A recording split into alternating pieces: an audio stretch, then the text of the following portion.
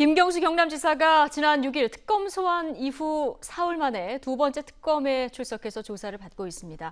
특검은 오늘 조사에서 어떤 비장의 카드를 꺼낼까요? 관련 내용 김광산 변호사 그리고 최영일 시사평론가와 함께 보겠습니다. 두 분 어서 오십시오. 네, 안녕하세요. 안녕하세요. 자, 정치 특검이 아닌 진실 특검이 돼주시길 마지막으로 당부드린다. 자, 먼저 오늘 오전에 김경수 경남지사 2차 특검 출석 장면 보고 본격적인 이야기 나눠보겠습니다. 그동안 여러 차례 밝혔습니다마는 충실히 조사에 협조하고 당당히 수사에 임하겠다는 입장을 여러 차례 밝혔습니다. 그 입장은 지금도 변함이 없습니다. 하루속히 진실이 밝혀지기를 기대합니다. 그렇지만 본질을 벗어난 조사가 더 이상 반복되지 않기를 바랍니다. 이제는 충실히 조사에 협조한 만큼 하루속히 경남 도정에 집중할 수 있도록 해주시기 바랍니다. 다시 한번 특검에도 정치 특검이 아니라 진실을 밝히는 진실 특검이 돼주시기를 마지막으로 당부드립니다. 이상입니다. 캠프에도 전문가들이 많았는데 캠프에도 전문가들이 많았는데 굳이 드루킹에게 자문을 요청한 이유가 뭡니까? 국민들에게는 여러 분야에 다양하게 의견 수렴하는 건 정치인으로서는 당연한 일입니다. 제안한 적 없습니다. 네, 지금 김경수 경남지사가 오늘 2차 소환하면서 이 포토라인에서 한 말들 여러 가지 발언들을 들어보셨는데요. 좀 주목되는 발언들을 좀 보겠습니다. 본질을 벗어난 조사가 반복되지 않기를 바란다 이 얘기를 했거든요. 이 의미는 뭘까요? 이제 본질을 벗어났다는 얘기는 지금 드루킹 특검이 알아서 다 하는 건데 나는 관여한 바가 없다는 거죠. 예. 그런데 마치 관여한 것처럼 계속적으로 언론에 흘려나오고 어떤 정치적 이슈로 몰아간다. 이제 거기에 대해서는 불만을 얘기하고 있는 거고요. 그다음에 이제 반복되지 않기를 바란다는 얘기는 지금 사실 이제 경찰 조사 받았어요. 근데 1차 소환 조사를 끝날 줄 알았는데 결국 2차 왔단 말이에요. 근데 경우에 따라서는 또 한 번 더 부를 수도 있어요. 예. 그건 뭐 배제할 수가 없습니다. 예. 근데 계속적으로 이렇게 조사를 하게 되면 결과적으로 반복이 될 수밖에 없다. 그러면 도정에 전념할 수도 없을 뿐 아니라 이제 본질과 반복은 굉장히 의미가 있는 거예요. 계속적으로 나를 불러대서 이렇게 힘들게 하느냐, 결국 확정적인 증거도 없는 거 아니냐. 그런 경남 도정을 살펴야 되는데. 그렇죠. 그런 메시지를 남겼다고 보고요. 그다음에 경남 도정에 어떤 전념할 수 있게 해달라, 집중할 수 있게 해달라는 것도 이제 같은 의미라고 볼 수 있는 거죠. 기자가 이런 질문을 합니다. 캠프에도 전문가들이 많은데 왜 굳이 드루킹에게 자문을 구했냐 이렇게 질문을 하니까 정치인이 다양한 분야의 다양한 의견을 듣는 것은 당연하다 이런 얘기를 하거든요. 댓글 공모 아니었다 이런 입장을 분명히 다시 한번 한 거죠. 특검 이전에 이 사태가 터졌을 때 드루킹이라는 인물과 김경수 지사의 관련성이 이제 드러났을 때 기자회견을 하게 되죠. 그때 그런 얘기를 합니다. 여러 국민들의 그룹으로부터 자문 구할 수 있고 의견을 제안을 받을 수도 있고 그렇다. 그래서 그 일맥은 상통해요. 처음부터 지금까지. 그래서 저는 특검이 오히려 이걸 질문해야 되는 게 아닌가 싶어요. 당시에 캠프라고 하는 걸 꾸려놓고 선거전을 치르고 있을 때 그럼 이 김경수 당시 의원 주변에 얼마나 많은 자문 그룹이 있었나. 예를 들면 그게 뭐 소상공인연합회가 될 수도 있고요. 혹은 뭐 노점상 이 단체가 될 수도 있고요. 여러 그룹으로부터 의견을 경청할 수 있습니다. 재벌개혁에 대해서 이쪽 그룹은 어떤 입장인가, 노동계는 어떤 입장인가. 근데 그중에 원 오브 댐 하나가 드루킹이 이끌었던 경공모였다고 한다면 저는 정치인으로서는 혹할 수 있다고 봐요. 한 4천 명 정도 회원이 커뮤니티를 이루고 활발하게 움직이고 있단 말이야. 그럼 이 사람들이 정말 선풀을 달아준다면 우리 후보의 관련 기사에 좋아요도 많이 달릴 것 같고 그런 게 이제 여론을 움직이는데 중요하죠. 그런데 문제는 드루킹 밖에 없었으면 여러 자문 그룹의 의미가 없는 거잖아요. 그런데 우리는 현재 특검이 여기에 대해서 어떤 자료를 가지고 있는지 김경수 지사가 당시에 선거전을 치를 때 얼마나 많은 그룹들을 운영을 하거나 관여를 하거나 의사소통을 했는지 모른단 말입니다. 근데 제가 특검이면 그걸 한번 물어보겠어요. 드루킹 말고 그럼 어떤 그룹으로부터 정책 자문이든 아니면 뭐 연설문에 들어갈 이야기든 자료를 받으셨습니까? 근데 이런 그룹이 많이 포진돼 있으면 그러면은 김경수 지사의 말이 상당히 신빙성이 높은 거죠. 그렇군요. 특별한 관계인 것이 아니라 사실은 긴밀하게 의견을 주고받는 관계이지만 아주 특별한 뭐 비선 조직으로서의 별도 캠프는 아니었다. 예. 이런 그룹이 제 주변에 한 10개 정도 있었습니다. 그러면은 되는데 여기에 대한 소명이 지금 뭐 소환 과정에서 이루어지고 있는지는 좀 궁금한데요. 문제는 특검이 고민이에요. 아까 김 변호사님 말씀 주셨지만 본질이라고 김 지사가 이야기한 것은 뭐냐면 피의자 신분이에요. 피의자는 혐의가 있다고 지금 특검은 보고 있는 거예요. 근데 1차 소환에서 고강도 조사를 뭐 조서 보는 시간 빼고 14시간 했는데 절반밖에 질문을 소화 못했다는 거 아닙니까? 예. 근데 나올 때 당당하게 유력한 증거가 없는 것 같다. 그러고 나왔단 말이에요. 그런데 지금 2차 소환을 했는데 자, 나를 피의자라고 불렀는데 내 죄를 특검이 알려주지 않으면 나는 죄가 없다고 얘기를 하는 입장인데 나를 왜 피의자로 지금 낙인 찍었습니까? 라고 항의할 수 있는 거거든요. 그러니까 이런 문제에 있어서는 특검이 조금은 수세에 몰리는 거 아닌가 싶은 대목이 있습니다. 예, 1차 조사에서 그러니까 말씀하신 대로 특검이 못다한 질문을 오늘 하겠다 이렇게 얘기를 했는데 이 질문이 많다는 건요. 확보한 내용이 많아서 그렇습니까? 아니면 핵심적인 게 없어서 그렇습니까? 일단 확보한 내용도 당연히 많이 있을 예. 거고요. 그다음에 사실 이제 핵심 내용이 없을 수는 없겠죠. 질문 예. 사항에. 그런데 우리가 무엇을 눈여겨봐야 하냐면 지금 조사를 한 절반 정도 했다고 하는 거거든요. 예. 그러면 절반 정도가 어디까지 갔을까? 그럼 킹크랩 시연까지 갔을까? 하는 생각이 좀 들어요. 예. 그러면 지금 쟁점을 정리해 보면 크게 두 가지입니다. 그렇죠. 그러니까 킹크랩 시연회, 그러니까 파주에 가긴 갔는데 이 시연회를 받는지 안 네. 받는지 그리고 이 사용 승인을 했는지 안 했는지 이게 하나가 있고요. 또 하나는 이제 인사청탁, 공직선거법 선거법이죠. 위반 이 네. 부분인데, 그러니까仙台 총영사직하고 6.13 지방선거에 어떤 대가 관계가 있는지 이게 이제 쟁점은 두 가지인데 주장이 완전히 엇갈리고 있는 이런 상황이죠. 그런데 쟁점은 두 가지인데요. 예. 그 공직선거법 위반과 관련된 부분, 그러니까 드루킹에게仙台 총영사를 제안했다는 이 공직선거법 위반 부분은 한 5분의 1도 안 돼요. 5분의 1도 제가 볼 때는 안 5분의 1도 돼요. 더 못 미칠 거예요. 가장 중요한 것은 역시 그렇죠. 결국 5분의 킹크랩. 4인데 5분의 4면 결과적으로 가장 클라이맥스는 결국 드럼나무 사무실 가서 킹크랩 시연한 걸 보았느냐. 그리고 거기에 대해서 댓글 조작과 관련해서 승인을 했느냐, 보고했느냐, 예. 지시했느냐 이런 거 아니겠습니까? 그러면 지금 반절 정도 조사했다고 하는데 그날 이제 자정에 거의 조사가 첫 조사 네. 끝났잖아요. 그러면 그 진도가 어디까지 나갔느냐가 중요한 거죠. 예. 그런데 김경수 지사 입장에서는 저는 이제 객관적으로 얘기를 합니다. 김경수 지사 입장에서는 반절이나 반절도 못 나가는 경우에 있어서는 사실 특검에서 어떤 유력한 증거가 있다 하더라도 이걸 제시할 수 있는 시간적 여유가 없는 거죠. 왜냐하면 거기까지 진도가 나가지 않았기 때문에. 네. 그리고 김경수 지사 입장에서는 뭐 특검에서 조사 받았는데 뭐 증거가 별로 없더라. 이제 그렇게 얘기할 수 있는 거고요. 특검의 입장에서는 반절밖에 조사를 받지 않았기 때문에 향후 조사는 더욱더 중요한 부분이 있고 핵심적인 부분이 있다. 그러면 결국 드루킹이 제출한 USB 안에 있는 내용을 가지고 우리는 추궁할 것이다. 그러면 그게 핵심 증거가 될 수 있는 거고 거기에 대한 증거 가치 판단에 관한 것은 결국 김경수 지사가 이건 뭐 나의 유죄를 입증할 수 있는 이건 별거 아닌 거다. 그렇게 예. 생각할 수도 있는 거겠죠. 그래서 서로 이제 시각차가 굉장히 있다고 보고요. 그래서 처음에 1차 조사 때보다는 오늘 조사가 훨씬 더 중요한 의미가 있다고 봅니다. 그래서 오늘 어떠한 제시된 증거들이 과연 김경수 지사 유죄를 확정적으로 입증할 수 있는 부분이 있는지. 그런데 만약 오늘 조사를 했어요. 근데 그런 부분이 없다고 한다면 결국 특검이 스모킹건을 갖고 있지 않는 것으로 될 가능성이 크다고 봐요. 그래서 1차 조사만 가지고 뭐 유력한 증거, 스모킹건이 있냐 없냐 그걸 예. 따질 수 있는 것은 아니다고 보고요. 오늘 조사의 시간이 어느 정도 걸릴까 그 내용을 보고 근데 경우에 따라서는 대질신문할 가능성도 있다고 하는데 아마 시간상으로 제가 볼 때는 대질신문을 할 수 있을지 어쩔지는 그건 좀 지금 두고 봐야 할 것 질문할 같아요. 양도 많기 때문에. 그렇죠. 그런데 지금 특검에서는 오후에 드루킹을 소환하겠다는 거예요. 소환을 해서 대질 신문을 네. 하겠다는 입장까지 나왔는데요. 자, 1차 예. 소환 때도 대질 신문을 할 수 있다라는 얘기가 있었어요. 예. 그런데 끝나고 보니까 대질은 없었다. 그러면은 나중에 대질을 하기로 한 건가? 예. 구속영장을 치는 건가? 근데 이제 허익범 특검이 섣부른 예단하지 말아달라. 한 번 더 부를 수도 있다. 박상용 특검보가 예. 재소환한다. 이렇게 얘기를 했단 말이에요. 김 지사도 동의했다고 했고. 그래서 오늘 재소환이 된 거예요. 자, 대질신문이 저는 오늘 재소환 혹은 1차, 2차 소환을 합쳐서 하이라이트라고 보는데 예.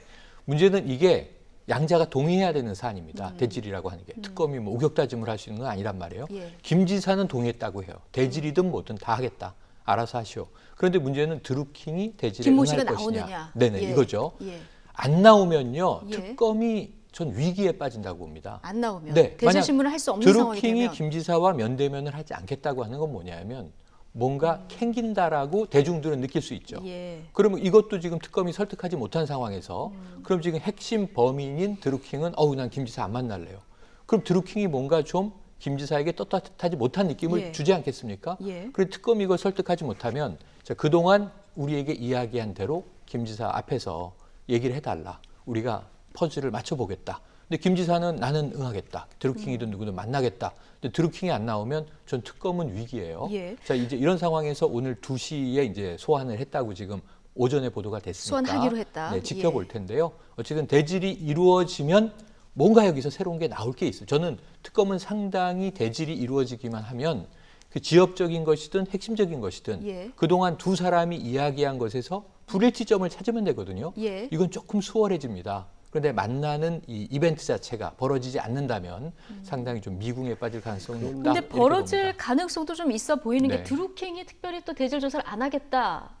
이럴 입장일까요? 네. 이유가 이제 있을까요? 그런데 드루킹이 예. 특검에 대해서 굉장히 협조적이지 않았습니까? 예. 그렇기 때문에 지금 특검에서 대질신문 가능성을 얘기하는 것은 이미 드루킹이 대질신문에 응하겠다고 언급을 의사를 했을 파악한 것이다. 그렇죠. 그럴 가능성이 크죠. 그래서 김경수 지사 측에서 동의만 한다면 대질조사 할 수 있다 이렇게 얘기를 하고 있고 또 김경수 지사 측에서도 뭐 얼마든지 우리는 기꺼이 대질조사에 응할 수 있다 이렇게 얘기하고 있기 예. 때문에 오늘 시조사에서 이제 시간의 문제만 좀 남아 있어요. 그러면 오늘 조사를 했는데 결과적으로 조사가 이제 뭐 A4용지 100페이지라고 하는데 이제 그 부분이 거의 다 그 우리가 100페이지라고 하면 100페이지 예. 다 조사할 수도 있고요. 그 부분에 빠진 부분도 있고 경우에 따라서는 대부분이 양이 더 많아지는 게 일반적인 상례입니다. 100페이지는 그냥 이 정도 물어야겠다는 거 되지만 신문을 하다 보면 뭐 새로운 게 나오고 그러거든요. 그래서 시간은 더 걸릴 수밖에 없는 것이고 그렇다고 한다면 또 대지를 위해서 또 하루 시간을 더 잡을 가능성도 어느 정도 있다고 근데 봐요. 현직 지사인데 말한 대로 이제 도정도 챙겨야 되지 않겠습니까? 세 번 부르는 거는 이게 좀 특검 입장에서도 힘들지 않을까요? 근데 이제 그 부분에 대해서 특검도 굉장히 부담을 가질 수는 있죠. 예. 가질 수는 있지만 오늘의 어떤 조사의 결과가 어떻게 되느냐, 예. 시간의 추이가 어떻게 되느냐에 따라서 예. 또 다른 거 할 수 있고 그렇지 않으면 좋다 그러면 세 번째 안 부를 테니까 오늘 대질까지 다 끝내자. 어떤 시간적인 제한이 있습니까? 한 번 조사하면 얼마나 끝내야 된다? 아니, 시간적인 제한은 없어요. 없어요? 그런데 예. 밤샘 조사를 하려고 하면 조사 대상자로부터 동의를 받아야죠. 되는군요. 그러면 예. 김 지사 측에서는 이제 전략을 세울 수 있어요. 뭐냐면 내가 오늘 끝까지 받는 것이 오히려 나한테 유리하다. 그러면 좋다. 대질을 하자. 나를 세서 대질해도 좋다. 이렇게 갈 수도 예. 있고요. 아니면 한 12시나 1시쯤에서 어차피 대질을 할 것 같으면 오늘 여기서 끊자. 그리고 한 번 더 하자. 그 부분은 아마 특검하고 김 지사 측에서 협의를 할 가능성이 크다고 봅니다. 아마 대질 조사의 어떤 전략 이런 것들 특검이 세워놨으니까 아마 네. 대질 조사를 하자 이런 입장을 내놓는 것 같은데 오늘 뭐 비장의 카드가 있을까요? 비장의 카드가 있었다면 전 예. 1차 조사 때 일부는 나왔으리라고 일부는 나왔을 봐요. 것이다. 물론 이제 예. 시간의 흐름에 따라서 아까 이 김 변호사님 말씀처럼 이 진도를 빼다 보니 시간이 부족해서 2차로 넘어갈 수는 있지만 사실은 그렇게 순서대로 1, 2, 3, 4를 가는 게 아니라 자, 오늘 한 대략 12시간 정도 조사를 할 수 있겠구나. 그럼 핵심적인 것을 섞어놓고 지역적인 것도 섞어놓고 그리고 2차 소환까지 또 예상하는 것은 우리가 흔히 예비라고 하는 예비 질문들을 빼놓거든요. 저는 이제 특검의 전략을 생각을 해보면 1차 예. 소환 때 뭔가 핵심을 잡지 못하면 2차, 3차, 4차 뭐 이게 제약은 없다고 하지만 가면 갈수록 특검은 동력이 떨어집니다. 그래서 사실은 이제 1차 끝나고 나서 구속영장 청구할까? 근데 구속영장 청구할 게 없었다고 보는 게 합리적이겠죠. 그러니까 2차를 또 부른 거죠. 자, 2차에서도 별게 안 나왔다. 뭐 대질 여부를 이제 논의로 하더라도 3차로 또 부른다. 그러면은요, 특검은 아직 포착한 것이 없구나. 그럼 저는 제가 김경수 지사면 항의를 하겠어요. 왜 제가 피의자입니까? 저를 피의자라고 해서 2번, 3번 불러놓고 지금 아무것도 저한테 들이밀질 못하면 특검 왜 하는 겁니까? 예. 이러면 특검에 대한 여론은 나빠지겠죠? 지금 야권에서는 자, 시간이 이제 약 보름 남았습니다. 약 보름. 오늘 지나가고 나면. 그런 상황에서 30일 더 연장해달라고 하는데 뭐 할 거리가 있어야 연장을 할 거 아니에요. 예. 그러니까 이런 상황에서 연장 자체가 특검에게 부담이 될 수도 있다. 그렇다면 적어도 저는 오늘이 굉장히 중요한 분기점인데 예. 대질까지도 이제 진행하면서 압박하고 추진하면서 뭔가 마지막 카드를 오늘 쓸 것이지 아, 카드가 아직도 남아있는데 세 번째 또 소환할게요. 이건 특검은 거의 한 게 없다라고 보아도 무방한 상황 아닌가 싶습니다. 어쨌든 특검이 스모킹건을 쥐고 있는지 없는지 오늘 조사 결과를 좀 오늘은 내일 보면은 나와야죠. 알 수 있을 것 같은데 지금 오늘 한 신문 보도를 보면은 김경수 지사가 의원 시절에 그 보좌관하고 드루킹 김모 씨하고 주고받은 이제 문자가 공개가 되지 않았습니까? 텔레그램 메시지 내용인데 네. 내용을 좀 보면 김 의원님 그러니까 김 지사, 김경수 지사죠. 저와 연결되었던 텔레그램 비밀 대화를 삭제하셨더군요. 김 의원과 제 관계는 1년 4개월 이상 이어져 왔고 꼬리 자를 수준이 아니라는 걸 알게 될 겁니다. 다소 협박성 발언도 좀 있습니다. 참고로 제가 지난 1년 5개월간 의원님께 일일 보고해드렸던 기사 작업 내용 모두 8만 건이다. 자, 이 문자 어떻습니까? 증거 효력으로서 가치가 좀 있습니까? 아니, 만약에 뭐 유죄 어떤 입증하기 위한 것이라고 하면 증거로서 가치 있겠죠. 그래서 제일 중요한 부분은 이제 그거죠. 그 김경수 지사는 나는 댓글 조작에 관여한 사실이 없다 이렇게 얘기하는 거고 드루킹은 나는 공범이다 같이 갔다는 거 아니에요. 같이 했다는 얘기이기 때문에 그러면 누구 진술이 신빙성이 있느냐? 그러면 결과적으로 서로 상반된 진술 중에서 어느 쪽에 무게를 둘 것인가는 객관적인 증거에 의해서 판단을 해볼 수가 없거든요. 그런데 드루킹의 이 텔레그램을 보면 이거 완전 협박이죠. 이 당시가 사실은 2월 9일 날이 오사카 올해 2월 9일이에요. 그렇습니다. 2월 9일이 오사카 총영사와 관련해서 굉장히 서로의 어떤 감정이 앙금이 있을 때거든요. 사이가 틀어졌을 그렇죠. 때요. 오사카 총영사가 안 되니까 이 부분을 대두를 시키면서 약간 은근히 협박하는 거죠. 그거 내가 이렇게 8만 건이나 가지고 있고 이 내용이 보면 협박이 상당히 구체적이에요. 왜 텔레그램 삭제했느냐. 그리고 우리가 얼마 동안 접촉을 해왔는지 1년 4개월, 5개월 그 얘기를 해요. 아마 느릅나무 사무실에 간 것이 2016년 9월 28일이니까 그때부터 이제 그 시간적인 걸 접촉한 시간을 계산을 이미 했다고 볼 수 있고요. 이를 보고 해드렸던 기사 작업 내용은 8만 건입니다. 그러니까 이거 자체를 당신과 나와 공모한 거 아니냐. 나는 이걸 터뜨리겠다 그런 취지로 얘기를 하고 있기 때문에 물론 이 텔레그램 자체는 일방적인 거죠. 또 경우에 따라서는 협박성으로 했기 때문에 이 텔레그램 내용 자체의 어떤 신빙성에서는 분명히 탄핵될 부분도 상당히 있어요. 있지만 이제 이거와 관련된 구체적인 다른 증거들이 얼마나 뒷받침해 주냐에 따라서 이 텔레그램의 어떤 증거 가치가 굉장히 결정적인 증거가 될 수 있고 아니면 다른 거에 의해서 탄핵이 되면 이것은 드루킹 자체가 협박용으로 고의적으로 허위로 작성한 것이다 이렇게 볼 수 있는 측면이 있습니다. 그러니까 이게 뭐 증거로서 효력이 있을지 아니면 드루킹 김모 씨의 어떤 고의성이 있는 건지. 근데 이 텔레그램이나 시그널로 주고받은 문자, 김경수 지사나 이제 이 보좌관하고 주고받은 문자를 보면은 또 김경수 지사나 이 보좌관이 결정적으로 댓글 공모를 했다는 그러니까 본인들이 남기는 건 없거든요. 어떤 결정적이 없기 때문에 지금 김경수 지사 입장에서는 일방적 주장이다. 지금까지 얘기한 것처럼 이렇게 주장할 가능성도 있지 않습니까? 거기서 이제 몇 가지가 이제 그동안 드루킹과 관련된 일이 막 벌어지는 기간 동안 몇 가지가 보도된 게 있죠. 예를 들면 이런 겁니다. 김경수 지사는 일방적으로 날려오는 기사 댓글을 받았을 뿐이다. 기사 링크를 받았을 뿐이다. 이렇게 주장을 해왔는데 그게 아니라 얘기를 주고받았네 이런 대목도 없진 않아요. 예를 들면 원래 네이버 댓글은 이런가요? 이렇게 김경수 이 지사가 질문을 한 것도 있고요. 거기에 대해서 조치하겠습니다. 이런 답을 한 것도 있어요. 이걸 보면 마치 이 지시명령하고 보고하는 관계처럼 보이는 또 어투가 등장하긴 해요. 근데 문제는 8만 건이고 1년 4개월이고 이렇게 기간을 다 계산을 해보면 그러한 대화 접촉이 지금 시그널에 담겨있던 캡처 내용도 굉장히 많고 그런데 다 링크들이 많고 거기에 대해서 막 뭔가 이제 협의한 게 별로 없고 하나 특검 발로 나왔던 게 뭐냐 하면 바로 그거였죠. 문재인 후보가 기조연설을 하는데 재벌 개혁에 대해서 좀 목차를 달라, 목차라도 빨리 달라. 이런 건 뭔가 요청을 했고 거기에 드루킹 쪽이 답을 한 그런 정황이에요. 그런데 그게 또 정책 그룹처럼 움직인 것처럼 빈도가 높이 지금 아직 등장하진 않았어요.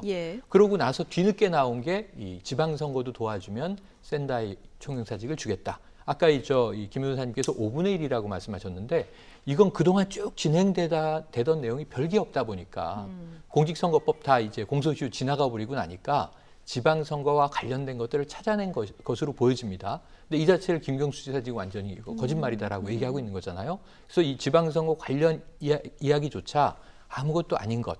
사실은 이제 이 사실이 아닌 것으로 지나가 버리면 예. 특검은 정말 이게 미궁을 헤매는 상황이 돼버리는데 한번 제가 이거 계산해 봤어요. 1년 4개월 동안 약 8만 건의 이 기사를 보고했다고 치자고요. 그럼 하루의 기사를 한 200건에서 300건 보고한 게 됩니다. 그런데 그때가 언제냐면 2016년 9월부터 최순실 게이트가 터져요. 예. 2017년에 탄핵 정국이 벌어져요. 3월에 탄핵이 확정이 되고 5월에 조기 대선이 와요. 그리고 이제 이 선거 끝나자마자 다음 날 문재인 대통령은 취임을 하세요.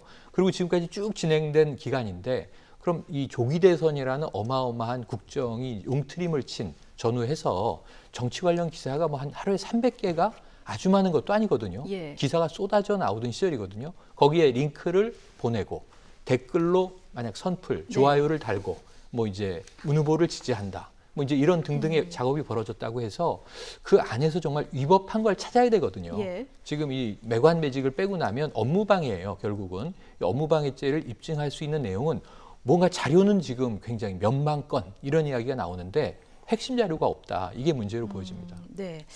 드루킹 김모 씨는 지금 댓글 조작을 공모했다는 입장을 굉장히 강조하면서 네. 여러 가지 지금 뭐 증거들을 내놓고 있는 이런 상황이고요. 김경수 지사 같은 경우는 이게 뭐 선풀 운동인 줄 알았다. 네. 뭐 지지자들을 동원할 수 있다는 취지의 발언을 들었다. 이 이상은 아니다. 이렇게 지금 공방이 계속 이어지는 이런 상황인데 특검 입장에서는 아까 김 변호사님 말씀하신 대로 오늘 조사가 굉장히 중요합니다. 이미 뭐 수사 중에 노회찬 의원의 안타까운 사망도 있었고요. 네. 어제 또 그 드루킹의 최측근 있죠. 도모 변호사 영장이 두 번째 선고됐었는데 기각됐죠. 기각이 또 됐습니다. 예.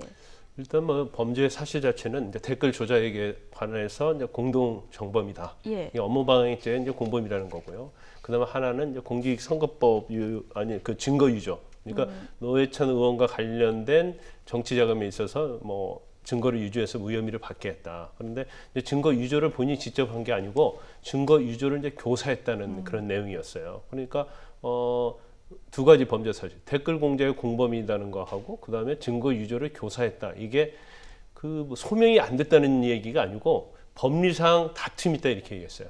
그러니까 이걸 과연 교사로 볼 수 있느냐, 또 공범의 수준에 이르렀느냐, 예. 이거에 대해서는 법리적으로 좀 문제가 있다. 그다음에 사실 도모 변호사는 계속 특검이 수사할 때마다 항상 수시로 출석을 했거든요. 그러면서 성실히 조사에 임했기 때문에 어떤 도주나 증거 인멸 우려가 없다고 해서 결국은 영장이 기각이 됐죠. 예. 그런데 좀 특검이 사실은 만약 도모 변호사는 어떻게 보면 드루킹과 관련해서는 굉장히 핵심적인 인물이거든요.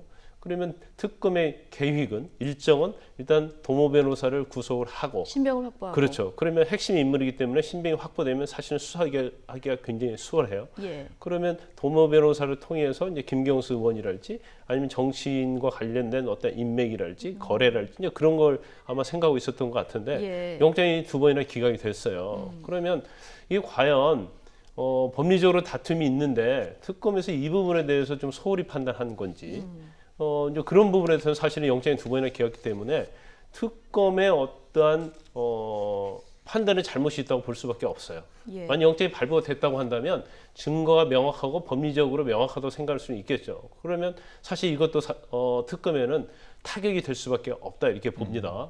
그러면 오늘 조사를 통해서 특검은 일단 스모킹건을 내밀면서 김경수 지사를 강하게 압박하지 않으면 과연 특검이 한 것이 무엇이냐 이렇게 예. 갈 수밖에 없고 아까 그 특검 기간인장에 대해서 말씀하셨는데 일단 조사는 다 끝난 것 같아요. 그러니까 김경주 지사 됐건 뭐 송인배 정무비서관이 됐건 간에 그와 관련된 조사는 다 마무리됐지 않나 싶습니다. 예. 그래서 단지 이제 피의자로 입건된 사람들에 대한 조사만 자세하게 원하는 대로 해야 하는데 그러면 앞으로 남은 시간이 25일인데 저는 그때까지는 충분하다고 봐요. 예를 들어서 또 다른 보강 수사를 할지 새로운 증거가 나와서 거기에서 감정을 한다 할지 분석을 해야 한다 할지 그러면 모르겠지만 이제까지 특검이 쭉 해온 걸 보면 수사는 거의 마무리가 됐다. 단지 그 수사 마무리된 그러한 진술이나 물적 증거를 가지고 가장 중심에 서 있는 김경수 지사를 압박을 해서 예. 영장을 청구해서 발부를 받아내고 기소를 해야 하는 그것만 남아있다고 보기 때문에 지금부터 서두르면 사실은 25일 안에 충분히 끝낼 수 있지 않나 싶습니다. 그러니까 오늘 수사 굉장히 중요하고 여기서 별 내용이 없으면 이제 수사 동력이 완전히 떨어지는 이런 상황이 네. 돼버리기 때문에 특검이 굉장히 사활을 걸고 오늘 수사를 하지 않을까 싶은데 송인배 백원우 청와대 그 비서관, 청와대 그 관계자들도 소환하겠다 이런 입장을 이제 특검이 밝혔는데 이 청와대까지 수사를 확대하려고 해도 오늘 조사가 굉장히 중요하지 않겠습니까? 맞습니다. 그러니까 예. 오늘 말씀하신 대로 오늘 재소환해서 고강도 조사를 또 했는데 내일 새벽에 뭐 귀가할 가능성이 높죠. 그랬는데 내일 특검이 별로 이야기할 게 없다. 예. 그렇게 돼 버리면 그럼 이제 뭐라도 잡아야 하기 때문에 뭐 청와대든 어디든 관련자들은 다 소환해서 한번 다 파보자 이럴 수는 있어요. 그런데 그럼에도 불구하고 이 정무적 부담이 상당히 커질 수밖에 없는 거예요. 청와대 인사를 불러서 뭔가 또 이제 조사를 할 때는 물론 네. 참고인 신분이겠습니다만 뭔가 확실히 듣고자 하는 것이 또렷하지 않으면 뭐 그냥 어떻게 만났습니까? 보도된 예. 내용들의 정리일 뿐이거든요. 그래서 지금 이 송인배 비서관의 경우에는 드루킹을 김경수 지사에게 연결시켜준 사람입니다. 예. 오히려 2016년 그때 관계가 좀 오래됐다고 하면 팔 게 많은데 김경수 지사보다 조금 앞서 있긴 하지만 이 조직에서 연락이 와서 강연을 하고 뭐 강연료 명목으로 200만 원을 받았고 그리고 이런 조직과 모임이 있는데 우리에게 좀 도움이 되지 않겠어? 진보적인 이제 경공모라고 하는 그룹인데 예. 해서 이 김경수 지사에게 넘겼다는 거잖아요. 연결을 시켜서. 그러니까 그 외에 뭐가 더 있을까가 궁금한 거고요. 백원우 민정비서관의 경우에는 도모 변호사 관련해서 프로필이 좋은 일본의 좀 외교적 자리를 원하는 인사가 있는데 예. 민정실에서 검토를 좀 해주시오. 그래서 이제 그걸 만남. 보고 예. 만났고 뭐 이미 내정돼 있었기도 하고 오사카 예. 총영사는 별로 이 신통치 않더라. 그래서 이제 청와대에서는 킬 뭐 이렇게 된 상황이라고 예. 그 외에 얘기할 게 뭐가 더 있겠습니까? 왜냐하면 이전 관계가 있는 게 아니라 그때 이 김경수 의원이 그래도 유력자이기 때문에 이 집어넣은 이력서인데 한번 만나주지도 않기는 어렵겠다라고 흘러간 거라면 이건 제가 보기엔 한 2시간 면담하면 끝날 이야기거든요. 예. 그럼 여기서 뭔가 끄집어낼 게 있어야 특검도 청와대 인사까지를 소환할 텐데 이 플러스 알파가 지금 이제 우리도 안 보이지만 특검은 쥐고 있을까 하는 게 좀 의아한 거예요. 예. 그런 면에서는 부담이 커질 것 같습니다. 네, 이제 특검 1차 수사 기간이 한 2주 정도 이렇게 남은 16일 상황인데요. 남았습니다. 그렇죠. 한국당과 바른미래당 특검 연장을 지금 주장하고 네. 있습니다. 그러면서 이 김경수 지사의 댓글 공작 연루 의혹을 굉장히 심각한 상황으로 보고 있는데요. 어떤 얘기까지 나왔는지 이 목소리 들어보시죠. 예, 국민들은 지금 드루킹 특검 수사가 아직 절반도 채 못 미쳤다고 이렇게 다들 판단하고 있습니다. 그렇다면 실제적 특검의 진실이 밝혀지는 그날은 이번 8월 25일 날 특검 수사 60일 마무리로 종결 짓는 것은 대한민국 국민 어느 누구도 납득하지 못할 일입니다. 김경수 경남지사가 드루킹 일당으로부터 정책 자료집을 받은 이유가 일반 국민들이 대선 공약을 어떻게 생각하는지 궁금했고 국민이 이해하기 쉬운 표현을 참고하려 했다는 과거 박근혜 전 대통령의 국정농단 사건의 초반에 박 대통령은 대국민 사과를 하면서 최순실에게 연설문을 보내서 일반 국민들이 알기 쉽게 고쳐달라고 했다는 한 발언이 생각이 났습니다. 김경수 지사 유죄 나오면 민주당 해산해야 됩니다. 민주당이 너나 할 것 없이 지금 김경수 지사를 옹호하고 있습니다. 그것은 민주당의 존재 가치를 스스로 부정하는 겁니다. 스스로 전면 부정하는 것입니다. 왜냐? 김경수 지사는 민주주의 파괴범입니다. 김경수 지사가 유죄를 받으면 민주당 해산해야 된다 이 발언부터 해서요. 지금 김경수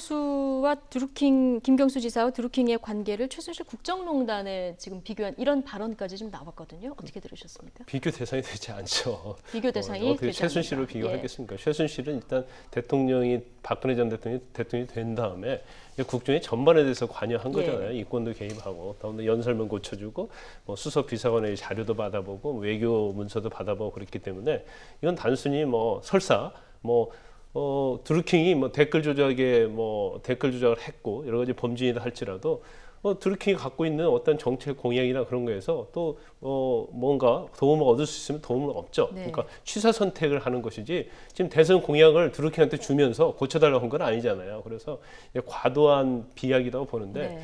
사실 지금 어떤 특검 수사 과정을 보면 민주당에서 굉장히 김경수 지사를 엄호하고 있죠. 그런데 더불어민주당 입장에서는 그럴 수밖에 없어요. 왜냐하면 이건 대선과 관련된 거잖아요. 그래 만약에 김경수 지사가 유죄가 나오면 야당에서 어떤 대선의 어떤 정당성 그거에 예. 대해서 엄청나게 공격을 할 사태가 겁니다. 커질 수 있죠. 그렇죠. 그렇기 때문에 더불어민주당 입장에서는 설사 잘못해서 이제 더불어민주당의 불리하게 허익범 특검이 더불어민주당의 불리하게 판단해서 기소가 된다든지 영장을 청구되고 만약에 하나도 발부가 된다고 하면 이건 여당뿐만 아니라 청와대에도 엄청난 타격이 있는 거거든요. 그래서 일단 더불어민주당 자체에서는 뭐 전혀 관여하지 않았다는 걸 믿고 있고 또 이런 어떤 허익범 특검에게도 이걸 정치적으로 몰아가면 안 된다고 계속 경고성을 예. 발언한 이유는 사실은 이 유죄냐 무죄냐가 엄청나게 중요한 의미가 있고 예. 정치적 파괴력이 있어요. 그래서 여당 입장에서는 이제 그럴 수밖에 없고 또 야당 입장에서는 이걸 빌미로 해서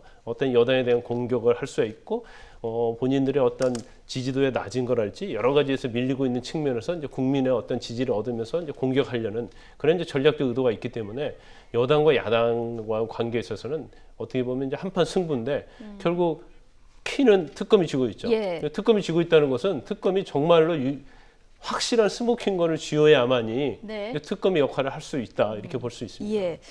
김성태 원내대표 예정대로 8월 25일 날 특검 수사 네. 종료하면 국민들이 납득을 못할 것이다. 네네. 이렇게 얘기를 하고 있는데 근데 특검이 수사 기간을 연장하려고 해도 이제 명분이 있어야 되잖아요. 네. 예전에 이제 국정농단 그 특검 때를 돌이켜 보면 네. 청와대 그때 압수수색을 하려고 했는데 그게 안 됐기 때문에 막았죠. 특검이 우리 청와대 압수수색 해야 되는데 기간이 모자라 이런 얘기를 했었고 그렇죠. 국민들이 일정 부분 연장해야 되나 이런 생각을 네. 했었거든요. 그때 연장에 대한 욕구는 특검도 강했고 예. 국민들도 굉장히 여론이 강했습니다만 연장되지 않았죠. 네, 지금 결국은 이제 특검의 2월 말에 수사상은 끝났습니다. 어떻다고 보십니까? 예, 그러니까 저는 이렇게 보는 거예요. 저는 야당, 특히 이제 보수 야당들이 저런 이야기 할 수 있어요.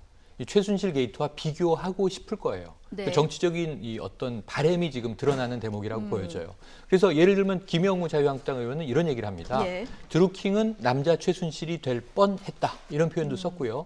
심지어는 드루킹이 저지른 저런 일은 아까 이제 하태경 의원 말처럼 민주주의 파괴 행위이기 때문에 그 이전 정권에서 있었던 국가기관의 대선 개입, 우리가 사이버 사령부 문제라든가 국정원 문제라든가 댓글 부대 얘기를 엄청나게 지난 정권 때 얘기를 하지 않았습니까? 그것보다 더하다 이렇게 규정을 해요.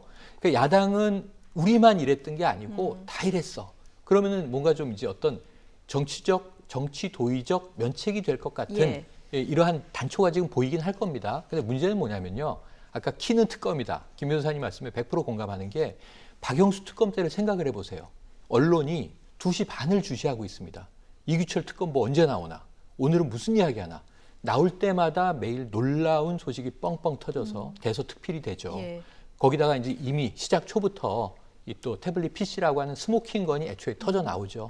거기서 뭐 기밀 사항들이 쏟아져 나오죠. 그래서 이 박근혜 당시 대통령이 최순실 터졌을 때 어떤 얘기를 했는지를 한번 생각을 해보시면 오랜 인연 때문에 내가 마음의 담을 낮췄던 것 같고 이런 일이 벌어졌다 하고 이걸 좀 용서받고 넘어가고 싶어 했는데 그러기엔 이미 늦은 상황이 됐습니다. 예. 이건 오랜 인연도 아니고요. 무슨 2016년에 처음 만나서 연결된 모임이고 조직이고 그다음에 일개 민간 커뮤니티예요.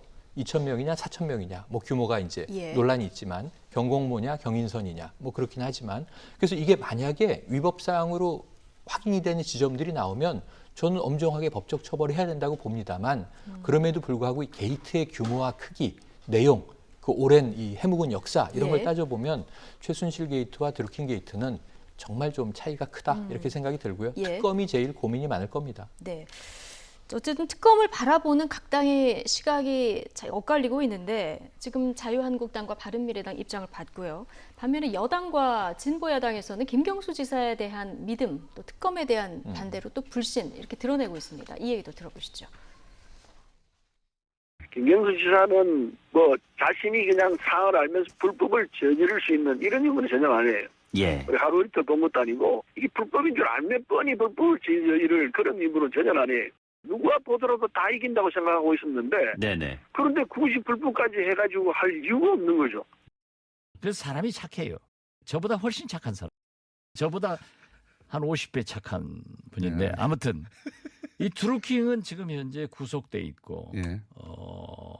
또 저도 구속돼 봤습니다만은 거기에 있으면 만감이 교차됩니다. 그래서 자기가 살려고 별 얘기를 다 하고 있는 거예요. 드루킹을 수사를 해야 되는데 드루킹에게 휘둘리고 있다. 이 특검이 이런 생각이 들고 지난 특검 기간 동안 한 3분의 2가 흘렀는데 한마디로 다 남의 다리 긁고 있으면서 특검 본연의 자신의 임무가 무엇인지를 망각한 기간이었지 않는가 이런 생각이 듭니다. 네, 박지원 의원 나보다 50배 착한 사람이다. 뭐 이런 얘기를 했는데요. 지금 여기서 한 가지 좀 주목해서 들을 네. 만한 것이 이정미 대표의 얘기인데요.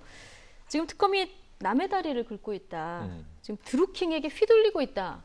정의당 입장에서는 네. 이전에 노회찬 의원이 좀 안타깝게 그렇습니다. 사망을 했기 때문에 이 특검을 바라보는 시각에 대해서 예전에도 이런 어떤 불만을 드러냈던 이런 상황 아니겠습니까? 이 이정미 대표가 얘기한 드루킹에게 휘둘리고 있다.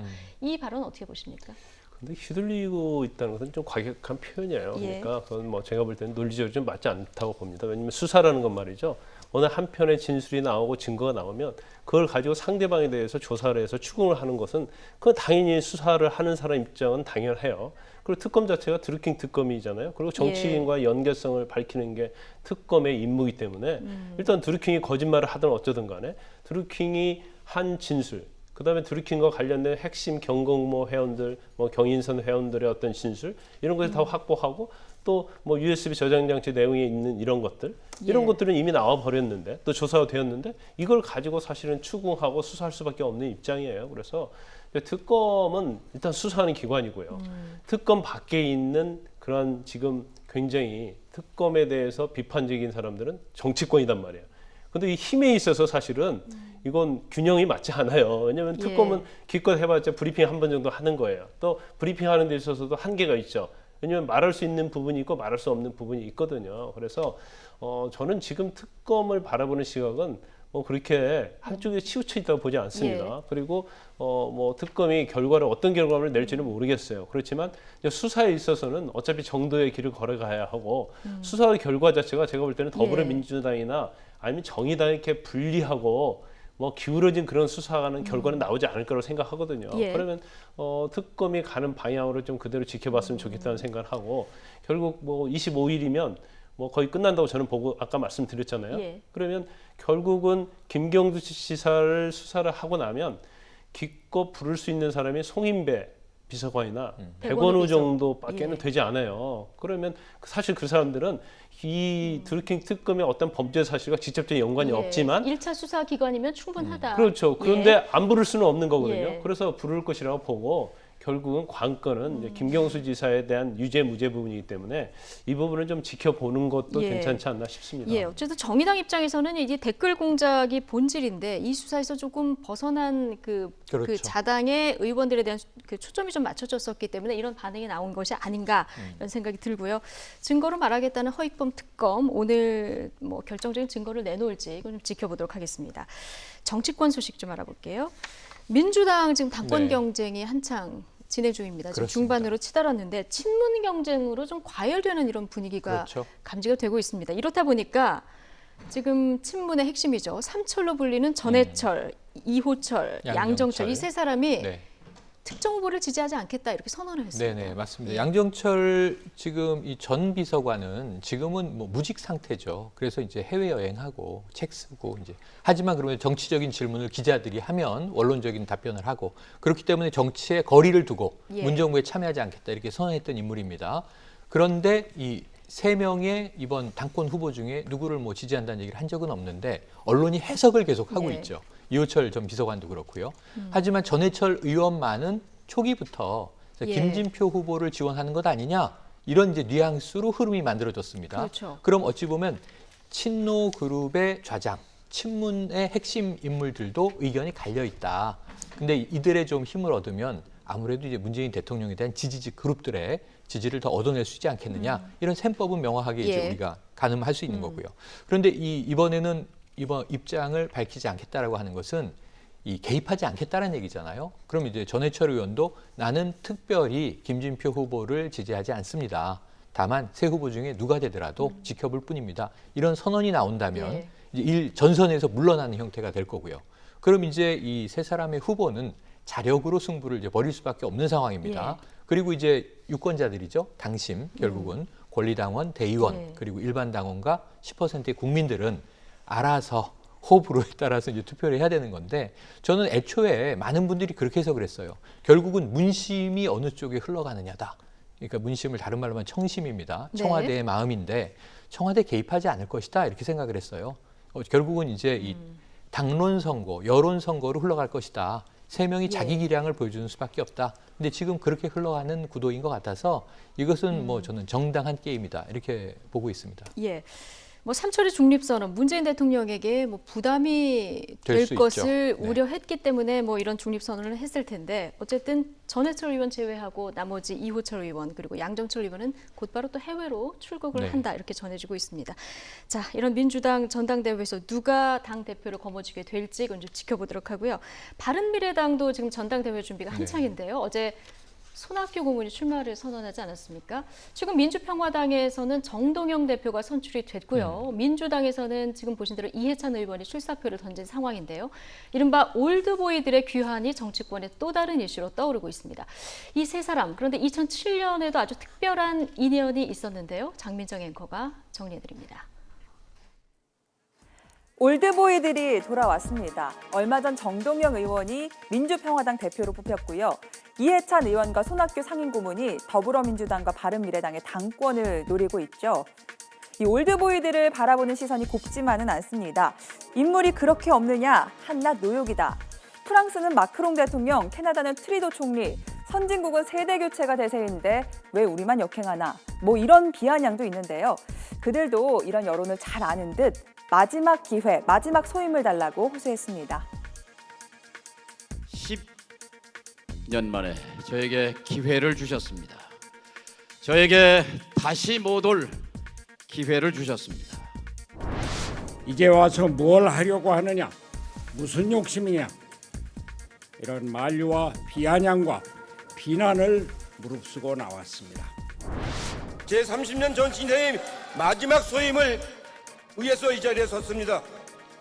오로지 강력한 정당을 만들어 20년 집권하는 정당을 만드는데 제 온몸을 다 바치겠습니다. 세 사람의 11년 전 인연도 다시 조명받고 있습니다.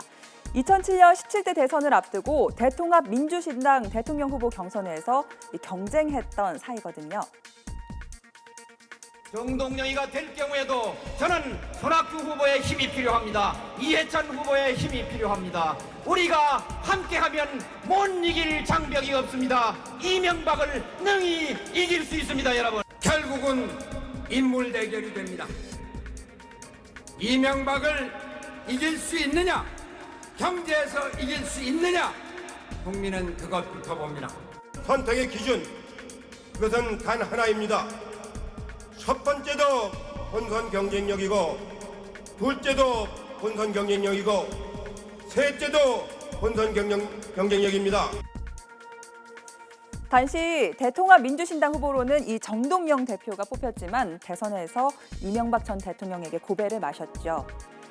정동영 대표에 이어 손학규 고문, 이해찬 의원까지 당권을 잡게 된다면 김병준 자유한국당 비대위원장까지 포함해서 여야를 막론하고 노무현 정부 시절 활약했던 올드보이들의 전성시대가 열리는 겁니다.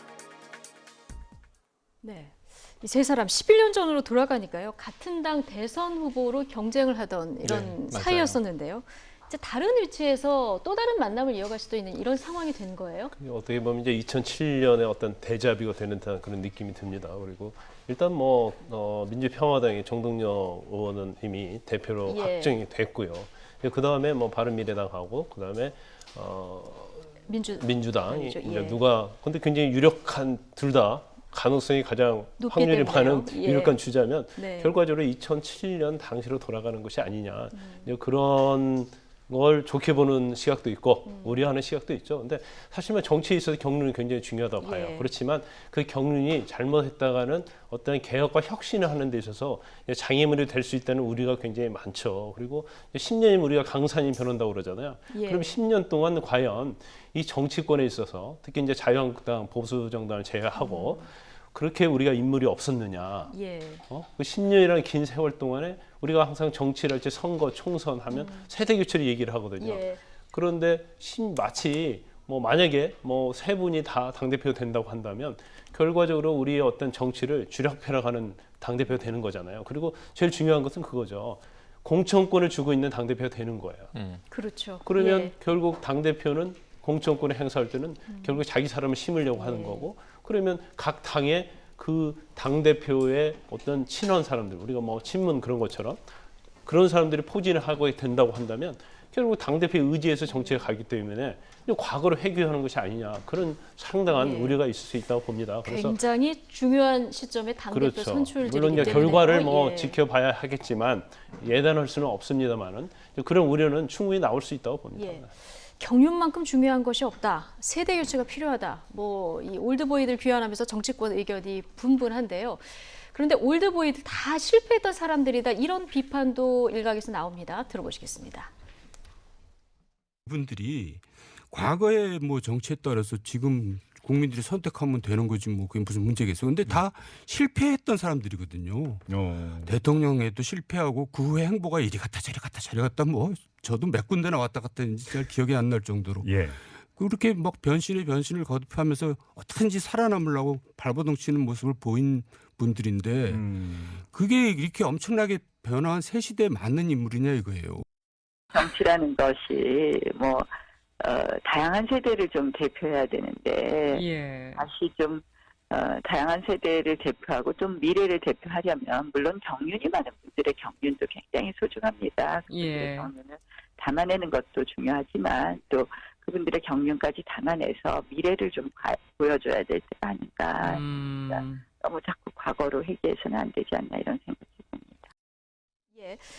지금 보면은 다 실패했던 인물들이다. 그 세대 교체가 이루어져야 된다. 이런 의견들이 좀 나오는데, 근데 네. 역으로 생각하면은 또 너무 젊은 인물들을 인재들을 당 내에서 지금까지 길러내지 못한 것이 아닌가. 그렇죠. 이런 얘기가 또 나올 수 있지 그리고 않겠습니까? 아까 경륜 중요하다고 말씀하셨는데요. 저는 이제 이 각각 후보들을 언급하거나 품평하지는 않겠습니다. 왜냐하면 지금 선거가 진행되고 있기 때문에 뭐 저의 호불호를 얘기할 필요는 없는데 네. 다만 통칭해서 경륜은 국민들의 존경을 받게 돼 네. 있어요. 그러니까 정치에서 실패해도 존경받을 수 있어요. 정말 의미 있는 실패는 과거에 고 노무현 대통령이 끊임없이 바보라는 별명이 생기면서까지 낙선 예. 고배를 이제 밀고 나갔듯이 또 최근에 행안부의 김부겸 장관 얼마나 예. 인기 좋습니까?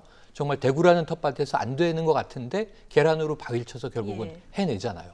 이럴 때 우리는 박수를 쳐드리는데 존경받는 경륜이 아니면 그게 노욕으로 비춰질 가능성이 높은 거예요. 예. 본인들도 그걸 아시니까 무슨 욕심이라고 하느냐 이렇게 언급들을 자꾸 하시는데 이게 변명으로 들릴 수가 있다는 거죠. 국민들에게는. 예. 그래서 정말 국민들이 이건 존경할 수 있는 경륜이다라고 이야기하지 않는 것을 경륜이라고 포장하는 것은 의미가 없고 그렇다면 신세대를 키워내겠다라는 정견을 발표하시면 돼요. 다음 이 다가오는 총선에서 예. 50%는 내가 젊은 피들을 수혈해서 예. 과거 DJ가 그랬듯이 하겠다. 지금 김병준 위원장, 비대위원장까지 포함하면 정말 예. 김진표 후보를 이해찬 후보와 대치해도 똑같습니다. 참여정부 시절에 부총리를 2번 지낸 분이기 때문에 예. 그러면 참여정부 인사가 심지어는 보수 제1야당까지 장악하는 상황이 돼버리니까 이거는 우리나라 정치를 위해서 좋은 그림일까? 예. 좀 물음표를 좀 던져봅니다. 네, 그런가 하면 어제 이제 손학규 고문이 출마하면서 두 가지가 화제가 됐습니다. 오늘 또 무슨 큰일이 터지나 이게 이제 관심사였는데 어제는 비교적 잘 넘어갔고요. 또 하나가 이제 넥타이가 화제가 됐는데요. 이게 과거 안철수 전 대표가 맸던 넥타이 어디서 많이 봤다 했더니 네. 그 넥타이와 똑같은 넥타이였습니다. 이게 알고 맸을까요? 아니면 그냥 모르고 맸을까요? 저게 정치인인데 모르고 맸을까요? 안심을 반영했을 것이다. 근데 보면 넥타이를 예. 보면 색깔이랑 다 똑같은데 다른 점이 있죠. 사선의 방향이 좀 틀립니다. 이제 반대 방향이기 때문에 그렇군요. 안철수 전 의원이 준 넥타이는 아니고 예, 아마 비슷한 넥타이. 거의 비슷하다는 넥타이를 찾아서 매지 않았나 싶은데 네. 근데 계속적으로 기자들이 얘기를 해요. 유승민 의원이나 안철수 전 의원과 만나본 적이 있느냐, 상의했냐, 그러니까 그 얘기를 하지 말라고 이렇게 계속 얘기를 하거든요. 그건 이제 논란의 여지가 있기 때문에 본인이 예를 들어서 안철수 전 의원이 나에게 해보라고 했다, 밀어준다고 했다, 그러면 이건 굉장히 엄청난 파장이 일어나기 때문에 그런 얘기를 할 수 없기 때문에 제가 볼 때는 넥타이라는 상징적인 걸로 저걸 어떻게 보면 이제 포장을 했지 않나 싶습니다. 그런데 사실 이제 출마 선언 내용을 보면 사실 본인이 굉장히 비판을 받고 여러 가지로 공격을 받을 거라는 것은 예측을 한 것 같습니다. 그럼에도 불구하고 왜 바른미래당의 대표로 출마를 했을까? 그리고 아마 본인 생각으로는 안심으로부터 어떤 찜을 받으면 이건 뭐 당선 가능성 충분하다 이제 그렇게 생각한 것 같은데 과연 이게 어떤 출마에 대해서 굉장히 여론을 좀 상당히 비판적인 것 같아요. 그래서 뭐 아까 저희가 올드보이 얘기도 했지만 여러 가지 측면에서 그럼 바른미래당은 대표가 되면 어떻게 할 것인가 이제 그에 대한 그런 비전은 좀 보이지 않고 본인이 받을 비판을 이제 감수하겠다 그런 위주로 어떤 기자들과 인터뷰를 해서 그 부분에서 상당히 좀 실망스러운 측면이 좀 있죠. 그렇군요. 민주평화당 정동영 대표는 대표가 돼서 첫날 이제 한진중공업 갔었는데요. 김대중 노무현 두 전직 대통령 사진을 또 회의실에 걸었거든요. 이 행보는 어떻게 보십니까? 그래서 민주당 내에 이 친노 그룹, 고 노무현 대통령에 대한 상당한 애정과 지지층을 가지고 있는 사람들은 좀 SNS를 보면요. 노무현 대통령의 사진을 떼라 뭐 이런 요구를 또 하고 있기도 해요. 왜냐하면 지금 이렇게 이 집권여당 민주당 도와주지 않으면서 어찌 보면 이제 문재인 대통령을 도와주지 않으면서 정권 말기에 거리를 두기도 하고 이랬기 사실은 때문에요. 이제 그 당시에는 이제 문재인 대표 체제의 반기를 들고 뛰쳐나가서 새로운 정당이 창당됐고 2016년 총선에서 호남 지역을 잠시 석권했던 거 아닙니까? 그런 이 측면에서는 지금 정동영 대표에게 그런 비난을 하는데 정동영 대표는 나름의 정통성을 갖고 있는 거예요. 실패한 대선 후보였던 아픔도 있지만 지금 개성공단 얘기 최근에 하고 있습니다. 개성공단 복원해야 남북관계가 이제 빨리 갈 수 있고 비핵화도 이뤄진다. 그러니까 본인의 과거 참여정부 시절의 치적을 다시 끄집어내고 있거든요. 어떻게 보면은 제 생각엔 정동영 대표의 행보를 앞으로 보면 민주당과 상당히 밀당을 하면서 정책적인 캐스팅 보트로 역할할 수 있지 않겠는가. 그 하나의 상징으로 이 사진을 DJ, 걸었다. 또 노무현 대통령 사진을 활용하고 있다 이렇게 해석을 해봅니다. 정동영 대표에 이어서 이해찬 의원, 손학규 고문까지 이제 올드보이들을 다 귀환하게 되면 앞으로 국회에서 협치는 어떻게 될지 이 부분도 굉장히 궁금한 대목입니다. 자, 국회의 다른 이야기를 좀 해보겠습니다. 지금 국회의원들이 피감기관 예산으로 외유성 출장을 갔었다. 이게 이제 문제가 됐었는데요. 국회에서는 앞으로 이런 출장을 안 가겠다 이런 입장을 밝히면서도 38명이잖아요. 명단은 공개를 안 하겠다 이런 입장입니다. 어떻게 보십니까? 저도 굉장히 궁금해요. 38명 중에 누가 있는지. 그런데 이제 권익위원회에서 피감기관에는 이제 소속기관에 알아서 하라고 넘긴 상태잖아요. 근데 권익위원회는 이제 조사 권한이 없어요. 그러니까 권익위원회는 어쩔 수 없다고 이렇게 보고, 그래서 이제 그것도 권익위원회에서 이제 조사할 수 있는 권한을 줘야 한다. 이제 이런 의견도 있습니다만은 일단 지금 국회를 보면 말이죠. 뭐 특활비가 됐건 아니면 이제 피감기관과 관련된 부분이 됐던 그 다른 것은 협치가 안 되는데 이것은 아주 일사천리로 협치가 가장 잘 되는 부분이다 이렇게 봅니다. 그러니까요. 더군다나 지금 코이카와 관련된 거잖아요. 특히 국회 외교통일위원회와 관련해서. 그런데 본인들이 판단한 게 아니고 코이카에서 유법성 여부를 판단해 오면 그걸 가지고 국회에서 처분을 하겠다는 거예요. 아니 근데 코이카, 그러니까 피감기관이잖아요. 그렇죠. 당장 9월이면은 국정감사가 그렇죠. 예정돼 있잖아요. 근데 피감기관 입장에서 이걸 유법하다고 그렇게 과연 판단을 할 수 있을까요? 그리고 만약에 유법하다고 판단하면 국회 윤리특별위원회에다가 이걸 상정을 해서 처리를 하겠다고 하는데 그것도 만약에 유법하다고 했다고 봐봐요. 그럼 여기에다가 상정을 하면 그 의원들 중에서는 과연 피감기관 돈으로 간 사람이 없겠습니까? 그러면 정당성이 없는 거죠. 그래서 일단 제가 볼 때는 잘못을 했으면 일단은 공개를 할 것 같아요. 공개를 하는 것이 맞다. 그렇죠. 이제 언론에 흘러나온 얘기는 뭐 38명 중에 현 의장이 포함돼 있다, 안 돼 있다 이제 그런 얘기가 나오고 있어요. 그래서 공개를 하지 않는 것이 아니냐 이런 얘기가 나오는데 제가 볼 때는 일단 공개를 해야 하고 처벌 받을 건 받고 향후에서 재발하지 않도록 어떻게 하겠다 그런 뭐 비전을 제시한다고 봅니다. 무조건 지금 뭐 앞으로 안 가겠다 이렇게 할 것이 아니라 그렇죠. 일단 밝히고 어떤 대책을 갖다가 제시를 해줘야 하는데 그리고 그게 문제가 있다고 사실은 알고 있으라고 저는 봐요. 그러면 일단 국민한테 석고대죄해야죠. 그럼 국민들이 이제까지는 관행적으로 이루어졌기 때문에 예. 아마 그 부분은 용서할 거예요. 그러면 이제 다시 시작하는, 솔직하게. 그렇죠. 시작하기 새롭게 시작을 해야지 예. 이걸 계속 공개 않고 덮으려고 해서 되겠습니까? 근데 제가 볼 때는 시민단체가 가만히 있지 않을 거예요. 결국은 공개될 겁니다. 국회 뭐 문제가 있으면 드러나면 이제 윤리 회부하겠다 네. 이런 입장을 밝히긴 했는데요. 근데 우리 국회의원들이 국정감사 기간에 피감 기관을 향해서도 그렇고 청문회 때도 그렇고요. 자료 제출 안 하면 엄청나게 뭐라고 하잖아요. 그렇죠. 예. 그런데 지금 시민단체는 이미 소송도 했습니다. 특활비 내역 공개하라 해서 승소를 1, 2, 3심을 예. 다 승소를 했는데도 거기에 이제 불응을 하다가 한 2달 지나서 예. 19대 국회 거 일부 찔끔 공개했고요. 지금 20대 국회 초반부 거 공개하라고 또 소송을 하고 있는데 예. 지금 1심은 끝났잖아요. 그런데 이제 이 항소하겠다라는 거 아닙니까? 지금 끝까지 가보겠다. 지금 그 변호사 비용이 또 이 거의 2천만 원 가까이를 쓰고 있다는 거 아닙니까? 그러니까 이게 비용. 예, 법적인 대응에는 또 이 법률 대응 비용을 쓰면서 계속 돈을 쓰면서 이 정보를 공개하지 않으려고 꽁꽁 싸매는 건데 아까 코이카가 알아서 판단할 것이다. 이거는요. 선생님이 학생들의 코 묻은 돈을 뺏어서 밥을 사 먹었어요. 그래놓고 선생님 이거 어떻게 된 겁니까? 그랬더니 학급 회의를 통해서 아이들이 밝힐 거니까 기다려 봅시다. 예. 이런 모양이거든요. 국민들에게 아니함만 못하는 방식을 지금 제안을 하고 있는 거예요.